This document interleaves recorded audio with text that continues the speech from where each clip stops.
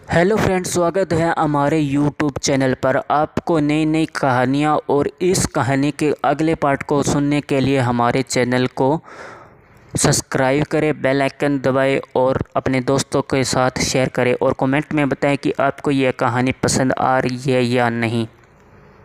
ओ madam, चल रही हो या नहीं, वरना डांट बहुत पड़ेगी तुम्हें और हो सकता है 2-4 थप्पड़ भी पड़ जाए। उसे हरकत से देखो, कोई ताज्जुब की बात नहीं है। सामने तुम्हारे घर वाले नहीं, तुम्हारा घर वाला है जो मेरा भाई है, और मैं जानती हूँ वो औरों जैसा नहीं है। देखा है ना तुमने, पहले भी उन्हें अलग ही मिजाज के हैं वह शुरुआत से ही ऐसे हैं। उल जलूल चौंचले उनसे नहीं होते। एक हाथ वात पकड़ कर चलना तुम्हें मेरी ज़िंदगी हो, कहना तुम्हारे बिना मैं मर जाऊंगा, जी नहीं पाऊंगा। ऐसे जुमलों की तवक्को करना बेकार है। सोच ले तू एक बार फिर, और ना ही वह किसी के नखरे बर्दाश्त करते हैं। उसने उसे समझाया था, धमकाया था, बताया था और डराया था। उसे नहीं मालूम, लेकिन उसे कहा कि एक एक शब्द सही था।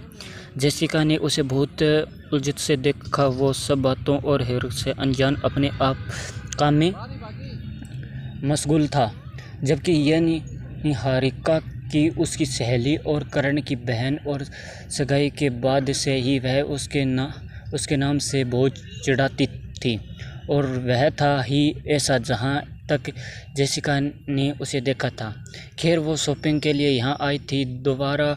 अब जल्द ही दोनों की शादी होने वाली थी, वरना उसे लगा था कि इस शहर में उसका नाता ही टूट जाएगा। लेकिन खैर, अब वह शादी के बाद वह यहीं रहने वाली थी। सब कुछ खैर करके ही आगे बढ़ा और वह वक्त भी गुजर गया। कमरे में हल्दी और इत्र की मिली-जुली खुशबू अब भी तैर रही थी। बिस्तर पर बिखरे गुलाब के फूल धीरे धीरे मुरझाने लगे, ठीक वैसे ही जैसे उसकी आंखों में सजे सपने। नवविवाहित जेसिका भारी लहंगे का पल्लू संभाले पलंग के कोने पर बैठी थी और हाथों की मेहंदी अभी गहरी थी। चूड़ियाँ हर हल्की हरकत पर छनक उठती थी, मगर उसके छनक को सुनने वाला कोई नहीं था।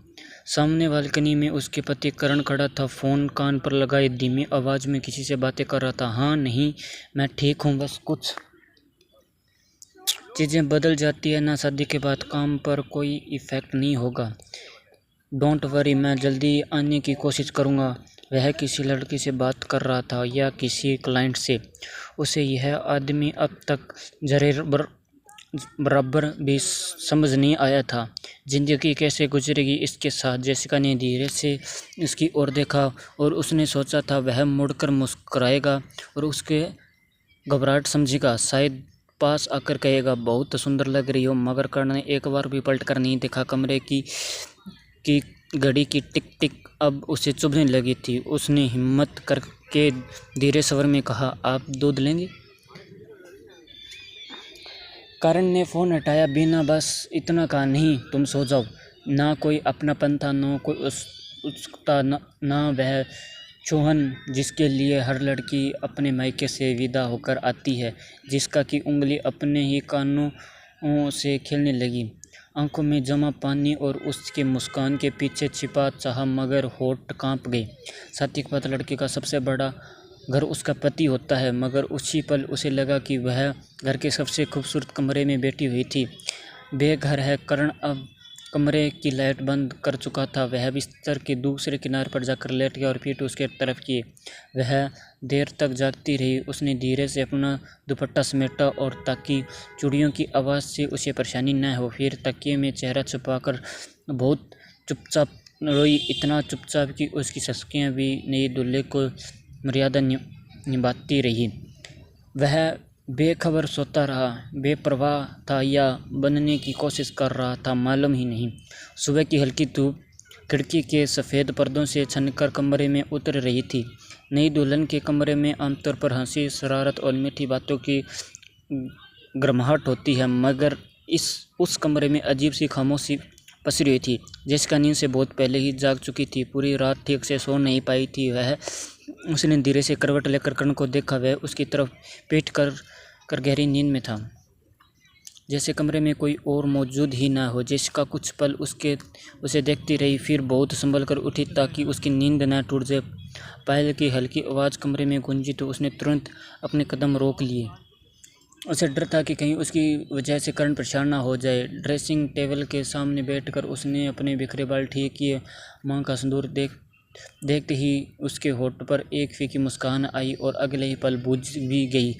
उसे याद आया कल रात उसने कितने अरमानों से यह सिंदूर सजाया था। वह एक लंबी सोच की राह चलने वाली थी, तभी पीछे से करण की आवाज़ आई, चाय पी मिलेगी। वह तुरंत उठ खड़ी हुई, जैसे कि उसके एक वाक्य का इंतजार कर रही थी। जी अभी लाती हूँ।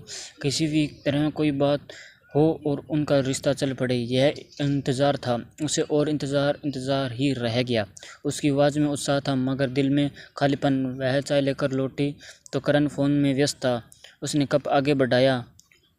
शुगर कम है ना, जैसा आपको पसंद है। निहारिका और उज्ज्वल के जरिए वह इतना तो जान ही गई थी। करण ने बिना उसकी तरफ देख के कप लिया और ठीक है। वह कुछ पल वहीं खड़ी रही।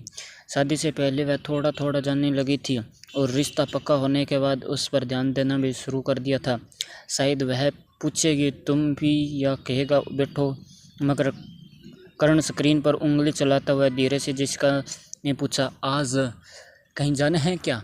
ऑफिस का थोड़ा काम है लेकिन यहीं से करना होगा। आज भी? करण ने उसकी तरफ देखा मगर नज़र में अपनापन नहीं, सिर्फ थकान थी। हर चीज़ शादी के बाद नहीं बदलती जेसिका, काम नहीं करेंगे तो जिएंगे कैसे? उसके शब्द साधारण थे लेकिन जेसिका को लगा जैसे किसी ने उसके छोटे छोटे सपनों पर धीरे से पैर रख दिया और उसके मुस्कुराने की कोशिश की। मैंने तो बस ऐसे ही पूछा था। करण फिर फ़ोन पर खो गया और जेसिका अपने हाथों की मेहंदी को देखने लगी जिसका रंग अभी भी गहरा था। बस रिश्ता फीका पड़ गया था, शुरुआत से ही था। मालूम नहीं, कभी कभी शुरुआत उलझनों से होती है और अंत खूबसूरती, और कभी शुरुआत खूबसूरत से होती है और अंत दुखद। उनकी ज़िंदगी की कहानी क्या होगी, कैसी होगी, अभी मालूम नहीं।